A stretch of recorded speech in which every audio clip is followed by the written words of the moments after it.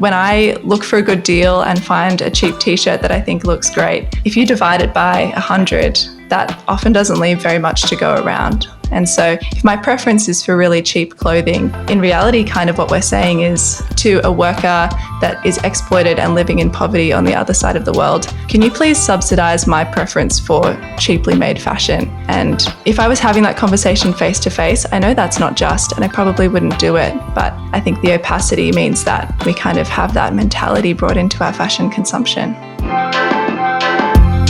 Welcome to the Get Rich Slow Club podcast. I'm here today with Kat Halliday, who is advocating for a better world. She's the ethical fashion lead for Baptist World Aid, a not-for-profit organization that focuses on ending poverty and focuses on ending worker exploitation. So this is a topic that I'm very passionate about, so we're going to dive into it. But before we do you have a money win or loss, Kat? It's great to join you, Anna. My money win is that I tend not to love shopping Black Friday sales. It's just this pit of overconsumption. Something that I do try to do is just get my skincare or cleaning products on Black Friday because I know I'll use them and they're a better price. And I opened my skincare order yesterday and I got a bonus product that I wasn't expecting, but it's something that I already use and forgot to reorder. So I'm glad to have gotten that for free. Oh, that's so good. It's funny because when we first started talking, Kat, we wanted to record this episode actually in the lead up to Black Friday. And it just so happens that this episode is going to come out after Black Friday. But similarly, this week is Black Friday when we're recording. And yesterday, I guess my money win, and we'll see, is I went down a deep rabbit hole of finding ethical brands also for makeup, because I ran out of makeup and I'm really going to try to find something that's low tox, that doesn't have any parabens or SLS and all of those kind of things, which is really challenging. And so I came across a brand and was waiting for their Black Friday sale, and it just came out last night, and I ordered a bunch of things. So we'll see if it's a money win or a loss because it's a brand I've never tried before. So we'll see. Yeah, I'm excited. So good. I think the key to navigating Black Friday ethically, this will be well in advance for your listeners now that it will come out just after Black Friday, but is really doing your research and going in. Of course, you want to get good deals, but you can't be wooed by the sale and suddenly convince yourself that you need something. So you researched a brand, you were excited to try it, and then you went, okay, I'm going to wait to the sales. That's the perfect order to do things in. Yeah, well, it kind of saves me money that way. If I know that I need X, Y, and Z, I'll put it on my my buy list, I think I call it. And then I'll go and do the research, know exactly what that is so that I'm not swayed, because there were points in that purchase where I was like, well, the one product I was definitely going to buy also comes in a pair. So I can also buy it with the additional moisturizer. And then I had to take a step back and be like, I have moisturizer. I don't need the moisturizer. Do not put it in your basket. Just buy what you wanted to buy. So it's the hard part when you're easily swayed by some of these sales. Mm-hmm. Yeah, I think we can get into, I find the marketing tactics so interesting, and we can get into that more down the track. But at this time, you're just seeing so much promotion that's adding to cart. So you unlock free shipping or unlocking, a free gift that you didn't even need. And that's just, again, such overproduction, things that you don't even really want, that suddenly you feel like it's a great deal to add, this extra t-shirt to your cart, get a free scrunchie that you didn't need. How much was that worth to you? Do you add the additional things? Does it work on you? No, I don't. Often I will see if a few of my friends shop from similar brands, and I'll say, I'm planning to put in an order, but I don't reach the threshold. Can we go in together if you're planning to buy something? And I'll try and co-op it rather than just overspend myself. I love that. Getting people in on the sale, and then you can hit the threshold. I recently was maybe $35 off from getting a free hat from a brand that I was buying period panties actually, and I was like, do I need the hat? I don't need a hat. Why do I need a hat? So what I've started doing is calculating the difference between that free gift or free item. So let's say it was that $25, and I put it in my little Google Doc of money I've saved from not over consuming. So I'm gamifying it for myself. Love it. That's some girl maths. Yeah. Girl maths in there. Yeah. Yeah, perfect. How would you define ethical fashion? It's an important question to ask because I think people do define this differently. For some people, ethical fashion might include a real focus on the animal rights and which fibers are used and, avoiding animal-derived fibers. For others, it might be all about how it presents yourself and, modesty is really important to some people and they would define that as ethical fashion. For Baptist World Aid, I would say this is not a groundbreaking stance that we take, but we believe all people deserve to live and work with dignity in a healthy environment. Too often, sadly, the fashion system does not help that. It hinders that. It isn't paying people enough to put food on the table. It isn't putting into place protections against workplace abuses and forced labor. It isn't monitoring and handling its water use responsibly. And so really what we're advocating for is particularly in the supply chain that companies are doing right by people and the environment. In the research that you've done, are there specific brands that kind of fall under ethical fashion that you would say, yes, this is something that aligns with what we believe should exist and we support this? Yeah. Honestly, the more I learn about the fashion industry and some of the practices that are pretty commonplace in the fashion industry, the more appealing secondhand clothing is to me. I love to just keep products in circulation for longer. It's a really sustainable approach, but also I think it's a great way to honor the labor that a human has put into making that. If they have been exploited in the process and then I choose to wear something once and then throw it out, it kind of devalues the workmanship and the labor that's been put into it. And so for people and the environment, my first choice will always be to look secondhand. And then there are smaller ethical brands that are meeting a lot of third-party certifications like fair trade, organic, and different things like that. And I'll look for some of those trust marks alongside our own ethical fashion guide if I am looking to purchase something new. Yeah, that's fair. I think secondhand has totally made a comeback. In fact, secondhand stuff is like really expensive now, but rightfully so. When you think it over, all of the work that's gone into it, it's great to have something still in circulation. It seems to me that shopping secondhand, you can do it at curated vintage stores or you can do it at the charity shops that we know and love. And I've noticed that depending on the suburb that you go to, the charity shops pricing might reflect that. And I'm okay with that. They are, selling these clothes to fund this circular fashion movement and also to fund important community projects that they're working on as well. So I'm happy to pay that price. Yeah, a good tip that I got when I was expecting is to buy all my maternity clothes secondhand because you only wear it for tops 9 months, like much less than that, and then got to pass it on and have a new good life elsewhere. Yeah, I think among parents, both in that newborn stage, maternity clothes, but also with school uniform, the secondhand system of hand-me-downs, secondhand uniform shops is really thriving. So that's great to see. Yeah, in fact, that's how I got connected to you. I was posting on social media about how I realized that my kid's uniform is fully synthetic. Maybe it has a little bit of cotton. And are there alternatives? Are there other parents or schools that have clothes that are not fully synthetic, and where would I go? And that's how I actually got connected to you, because it was my own interest in being like, surely it's possible to be cost effective, yet also be cognizant of what kind of textiles and fabrics we're using. That's where parents might need to band together, go to the school as a unit and say, please change your supplier overall. Yeah, that's actually what I did. I wrote a letter to the school. So they said they've brought it to the committee and they'll get back to me. So it's the first step. I got a couple parents to sign on with me, and I guess I'll keep you posted of what happens there. Yeah, please do. Kat, what do you see the connection between fast fashion, overconsumption, and poverty? I know that's something a space that you work in, and often we aren't thinking about how all of those are interlinked. So true. Our modern fashion supply chain is so lengthy and spans many country borders and is also really opaque. We understand that around 100 people have touched our clothing across the supply chain before it reaches us, but I don't know them all. I don't know where they live. I don't know what conditions they worked in. And companies certainly try and keep it that way just so that I'm not asking the hard questions of them. But I know that the brands that I choose to support do contribute to whether a worker has been treated fairly, paid fairly, how the environment has been treated in production.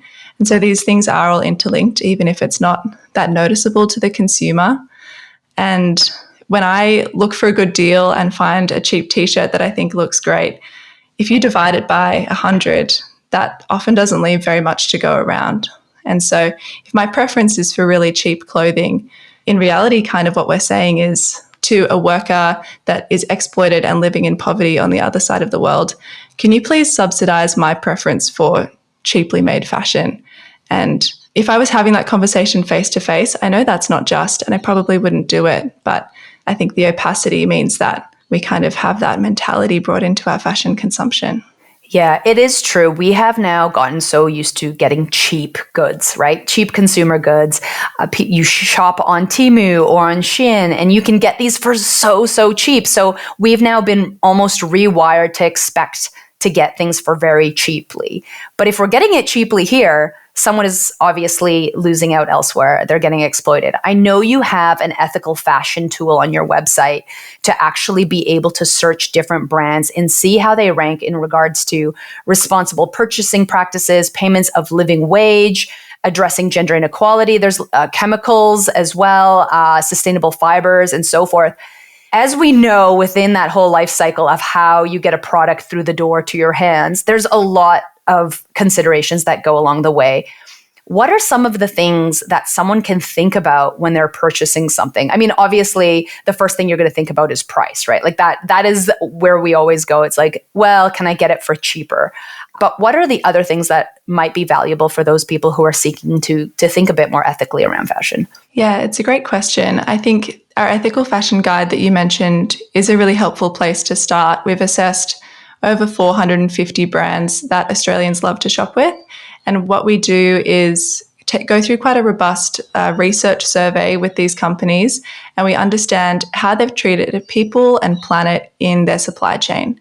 And that creates a score out of 100 that then tells you whether they're putting in that work behind the scenes to achieve things like the right sort of policies and procedures in place in their head office, whether they are paying workers a living wage, are they testing and monitoring their water use and chemical exposure. So it's pretty vast across the human rights and environmental space, but just boiled down into that one number. So I think for consumers that are wanting to dig a little deeper, that guide is a good place to start, and that kind of takes the greenwashing and spin out of what you might hear exactly from the brand. Other things that you can do is to check the tag and see where the product was made and what it's made of. You were saying to me just before we started the call that you like to prioritize natural fibers, which is great. I think even though synthetic fibers have names that are kind of confusing and don't necessarily reveal what it's made of, things like polyester, nylon, and so on, as a reminder, that's a type of plastic. Plastic is derived from fossil fuels, and that's not really what I want to be wearing. Of course, there's huge environmental impact related to how it's made, the extraction related with that, and then the microfibers and so on that happens in use as well. So checking the tag is a great tip. The last main thing that I could say for a consumer wanting to dig a little deeper is to look for assurances, certifications, or standards that aren't just a greenwashing claim made by the brand. For example, eco fiber may not mean anything, but if you can see this product was made with certified Australian cotton or certified recycled polyester or something that is a third-party certification, I think that's very helpful as well to understand just some of the basics of how it was made. Those are some great tips. So you can look at the fibers, where it's made, whether it's actually certified organic from wherever it might be. It seems as though there's so much onus on the consumer, though. Like this is the big struggle that I often have, where I feel like it becomes analysis paralysis in the same way that if I'm purchasing, like I've made new rules for myself over the years. I don't buy a lot of new clothes. I'm openly happy with being like not fashionable. So I'm okay with wearing clothes I've had for ages. But one of the things I find so hard is as a consumer, when you do need to purchase something new, the onus is on you to look up all of these things. It's really challenging. And one of the things I would love to see is for us to put more of that onus back onto the companies to be able to prove that they have good practices. Do you know from your experience, is there something that our government or our policies could be putting into place in order to support consumers or protect us a little bit better in terms of ensuring that these companies are doing the right thing? It's a great point, and I agree that consumers shouldn't be the ones that need to decide, how the worker was treated. We're so far away from them. And at the end of the day, it was the company's decision to work with certain suppliers and not others. It is the company that's bringing these products into the world. I think when we have an industry with players like smaller Australian brands that are trying to do the right thing, follow our legislation, operating in the same space as brands like Shein and Temu that operate as though they're kind of untouchable by certain Australian regulation and really are at a different scale in terms of their price tag as well. Really, that's where we need legislation to come in that has more teeth and really can level the playing field for all players in the industry. Some of the key things that we're really advocating that the government take action on is to regulate a product circularity scheme called Seamless that just encourages anyone that's importing clothing into Australia. They need to pay a small levy, and that contributes to textile recycling programs, consumer education programs, and puts their onus back on the company to pay for the whole life of the garment that they've brought into Australia. And so that's a key issue that we're hoping to see the government move on. Currently, it's just a voluntary scheme. And then the other thing that we're encouraging legislation to be built around is an imports ban on goods made with forced labour. Interestingly, that's something that we're seeing our global neighbours start to put in place.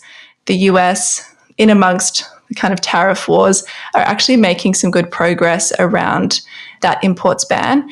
Some EU regulation is coming into place there as well. And so as it's harder to sell poorly made or unethically made products into our global neighbours, Australia becomes a more appealing market to sell those kind of sketchy products to. So we actually risk becoming a dumping ground for the worst made products as the US won't take it, Europe won't take it. Suddenly Australian consumers are kind of the easy win there, rather than transforming their supply chains, look to who will still buy it. And that's where our government can make a big difference as well by implementing that change. Yeah, the more I've kind of been in this space, the more I've realized that we really do need our government to kind of step forward. And us as individuals, there's only so much we can do. So much of the onus is back on us, our carbon footprint, what we're purchasing, being a conscious consumer, when really we don't see the whole supply chain. It's the companies that do. So if we can put policies in place that really supports them. So I'm a huge advocate that if you can reach out to anyone, your representative, get them to speak on behalf of these things, because it is really important. So that's kind of on the global scale. We're talking back on the individual scale. It can be really challenging in terms of seeing some of that. I know you've spoken previously about the values action gap, which I think is a really fascinating way of thinking about what you value. So as an individual, if you value sustainability or you value human rights, that's something that you kind of hold true, which is kind of what we talked about in terms of purchasing makeup. But then there's the other flip side. You might then go on a shopping spree, and all of a sudden there's this cognitive dissonance that kind of happens. You have your values that you're holding to, but then you've done the complete opposite of that. What are some of the things that as individuals we can think about when we kind of are disconnected from what we believe in, but then we do the opposite of that?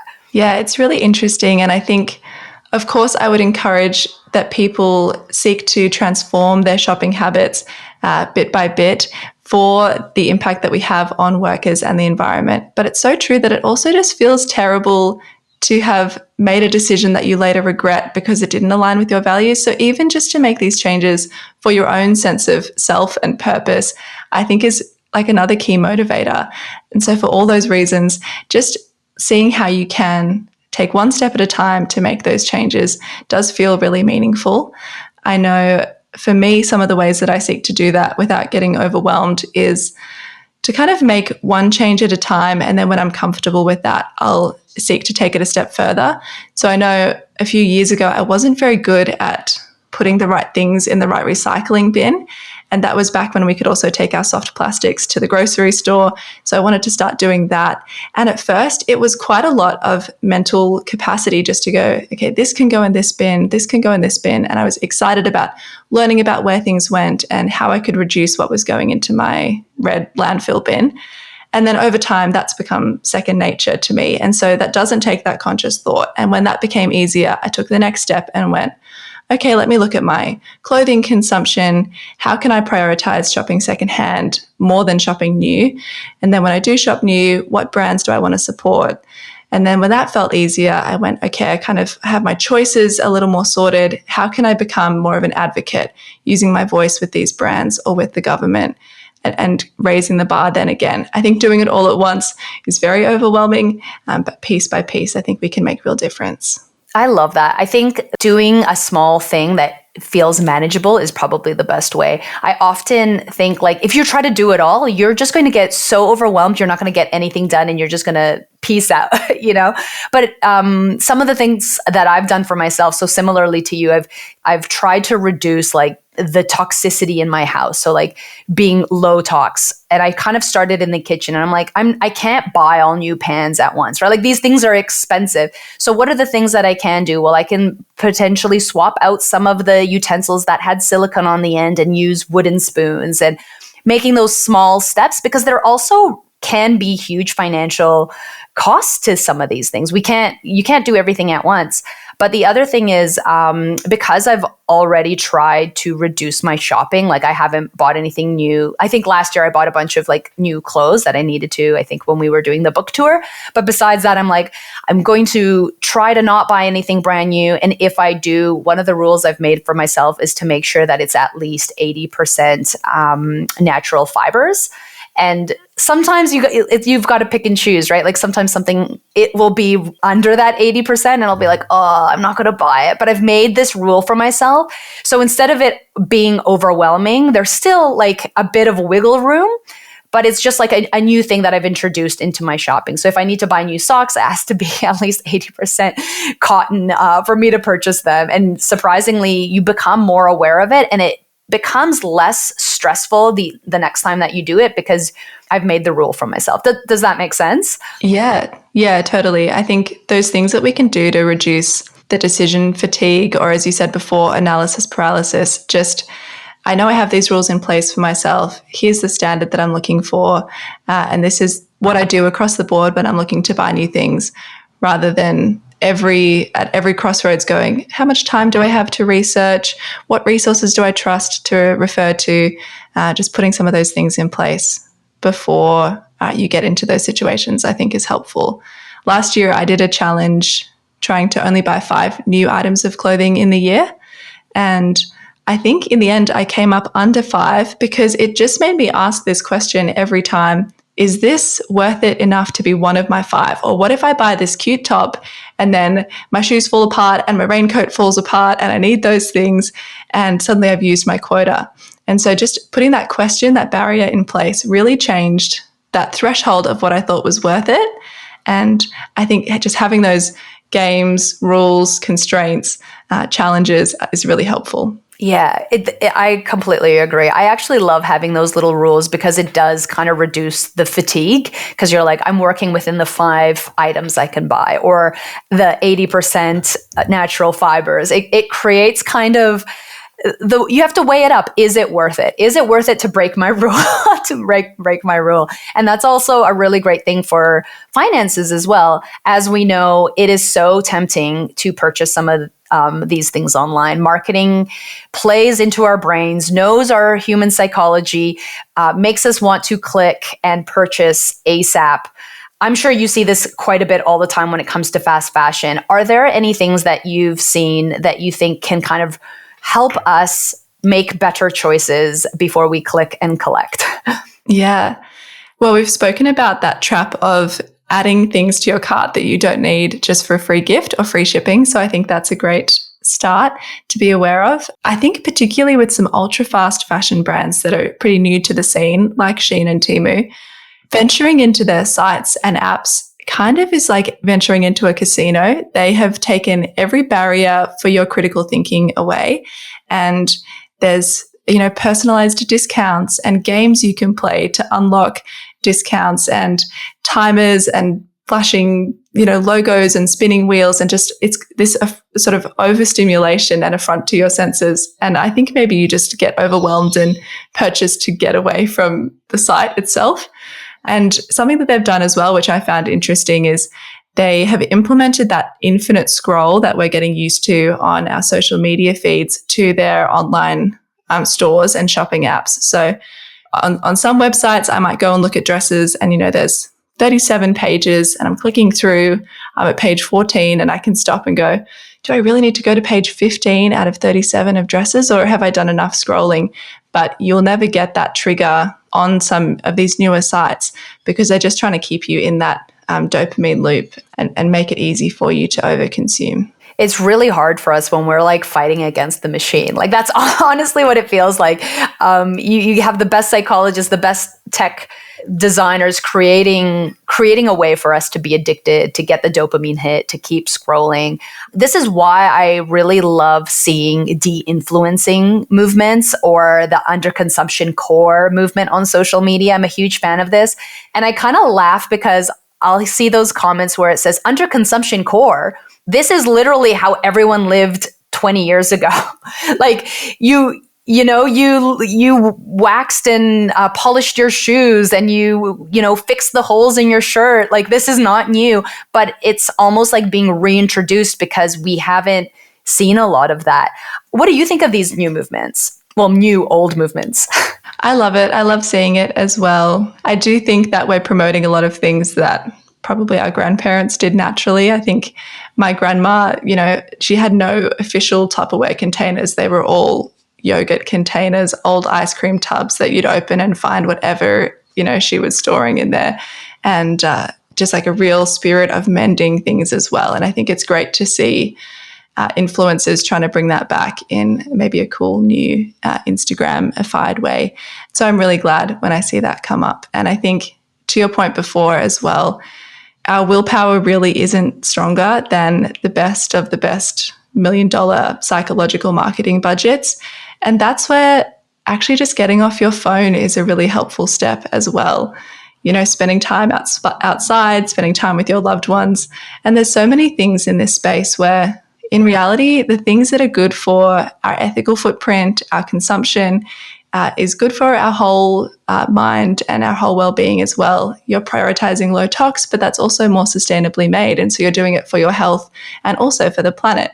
I'm getting outside and getting sunlight, which is great for my mental health. And I'm seeing less ads than I would be if I was scrolling Instagram for that hour, And so I think looking for those wins that really are win-wins is really fruitful. Yeah, even meaningful connections, right? So much of social media is about connectivity, connecting with people, connecting.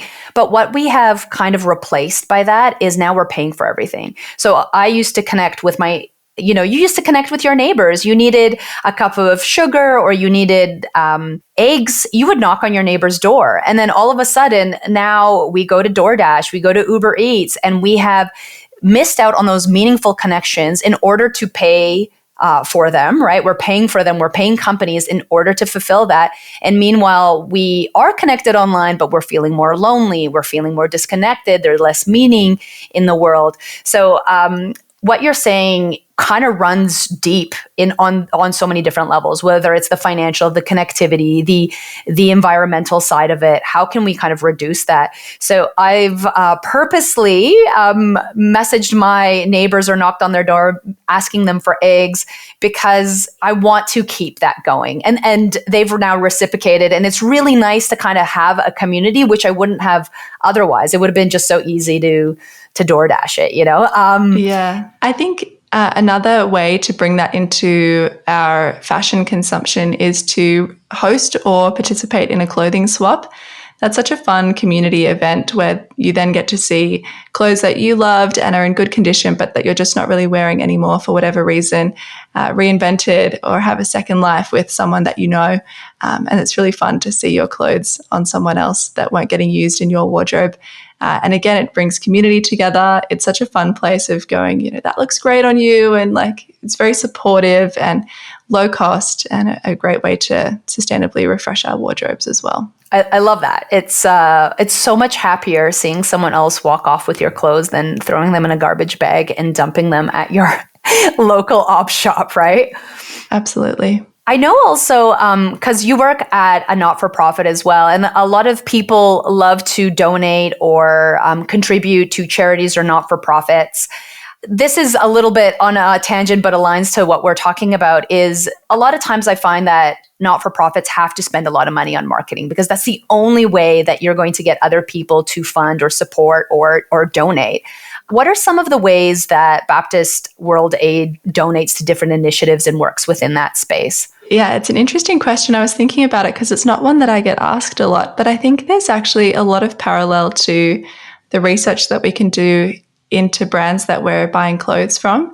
I'm thinking about, the overhead costs of donating to a charity. I think it's really important to do your research. I know we have that information in our annual report that people can find. You don't want to be donating to a charity and realizing that, 95% of it actually just went to their marketing budget and didn't make it to the project that you wanted to support. So doing your research with the places that you want to donate to, as with the places that you buy clothes from, I think is an important step. But also asking the question, what are those overheads being spent on? We look at products from Temu and their margins are razor thin, but you're getting really low quality products made by exploited workers. And so the more that I get to understand from how we interact with the international programs that we are supporting, it's all about really valuable project design. So it's going to have the best impact. It's about financial stewardship and good governance. And so understanding where those overheads are going is really valuable so that you know that your money is being stewarded well for the greatest impact, that everyone involved in the project is being protected and empowered. And I think those things, though it might be a bit of a reframe for some people, is important to get behind. Yeah, I remember when I was younger, I had a lot of free time. So I had no problem like volunteering at not-for-profits or charities to do work. Now I'm time poor, but have more money. So I'm willing to donate. And I remember talking to a colleague once at my old job who was a senior executive saying like, I don't want to really donate because I don't know where this money goes. I rather go to the soup kitchen and do the thing. And I was like, well, do you go to the soup kitchen and do the thing? And he's like, well, I don't know. I don't really have time. And I'm like, well, how is the soup kitchen going to keep its lights on? Where's the soup kitchen going to get its food from? How is the soup kitchen going to run or let other people know that it's there? And he kind of stopped. And it was that reframing of these not-for-profits need the money to do the thing. And some of the largest not-for-profits have the biggest marketing budgets. But the reason they do is because they need to get the word out of the work that they're doing in order to receive more funds. So it kind of reframed that whole idea for him. But then it also made me realize like, it's okay that organizations have a big marketing budget. I mean, companies have big marketing budgets. That's how they're getting us to click on all their items. Why wouldn't we feel the same for not-for-profits that also need money coming in order to support those initiatives, to do the hard work, the good work that they're doing out there?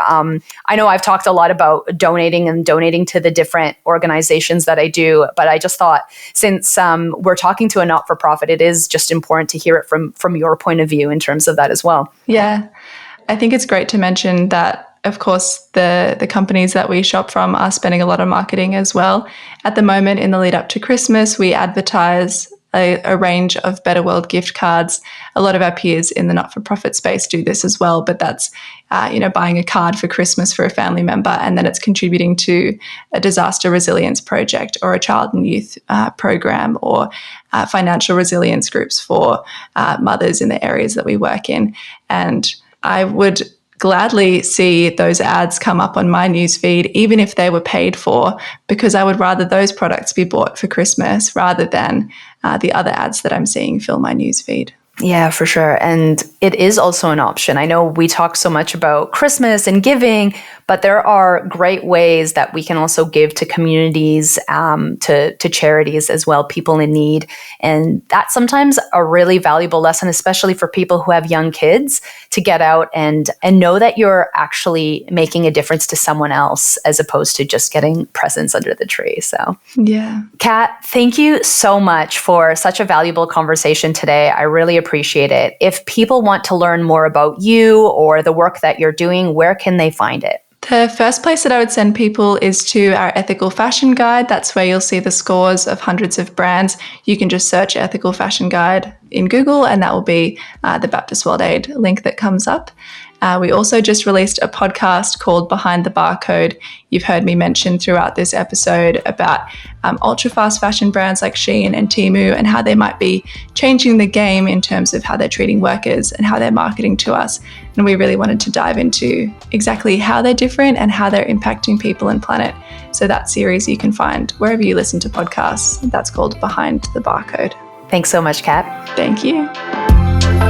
Thanks so much for joining us. If you found this episode helpful, please rate us 5 stars, write a review, or share with a friend. If you're new to investing, make sure to listen to our first 10 episodes. Follow us at Get Rich Slow Club or Tash at Tash Invests or me at Ana Cristina. The Get Rich Slow Club podcast is a collaboration between Tash Etchman from Tash Invest and Ana Cristina from Perla. Knowledge is power, especially when it comes to investing. So make sure you check out our financial services guides and read the product disclosure statement and target market determination for any investments you're considering. See our show notes for more info. Any advice is general and does not consider your financial situation, needs, or objectives, so consider whether it's appropriate for you. This show was brought to you by Natasha Etchman, who is an authorized representative 1299881 of Guideway Financial Services, AFSL 420367, and Perla, who is an authorized representative 1281540 of Sanlam Private Wealth, AFSL 337927. The Get Rich Slow Club acknowledges the traditional custodians of the land we record on. From coast to coast, across land, waters, and communities, we pay our respects to elders past, present, and emerging.